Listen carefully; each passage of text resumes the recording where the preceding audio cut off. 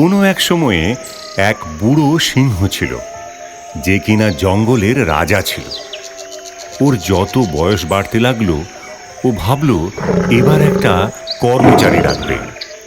রাজা ভাবল যে একটা শেয়ালকে কর্মচারী রাখবে, কারণ তারা তাদের বুদ্ধির জন্যই প্রসিদ্ধ।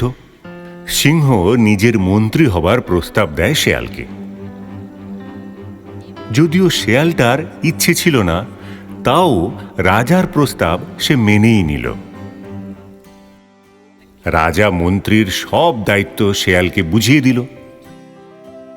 সে বলল, আমি জঙ্গলের রাজা হয়ে শিকার করতে বাইরে যেতে পারবো না। এটা তোমার কাজ, রোজ গিয়ে আমার খাওয়ার জন্য জন্তু ধরে আনবে।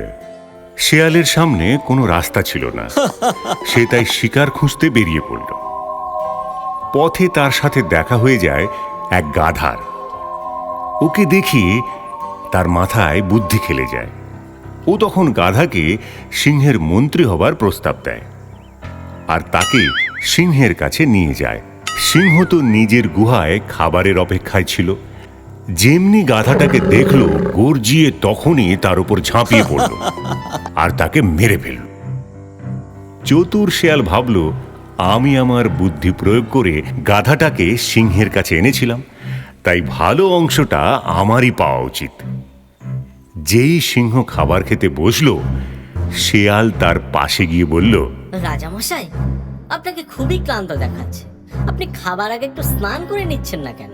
সিংহ রাজি হয়ে স্নান করতে চলে গেল। আর এই সুযোগে শেয়াল গাধার মগজটা খেয়ে নিল। সিংহ স্নান করে ফিরে এসে খেতে বসল। সে বুঝতে পারল যে গাধার মগজটা নেই। তখন সে শেয়ালকে জিজ্ঞেস করল, কিন্তু ধূর্ত শেয়াল উত্তর দিল, যদি গাধার মগজই থাকতো, তাহলে কি সিংহের মন্ত্রী হওয়ার প্রস্তাবে সে রাজি হতো? বুদ্ধির জয় সর্বত্র।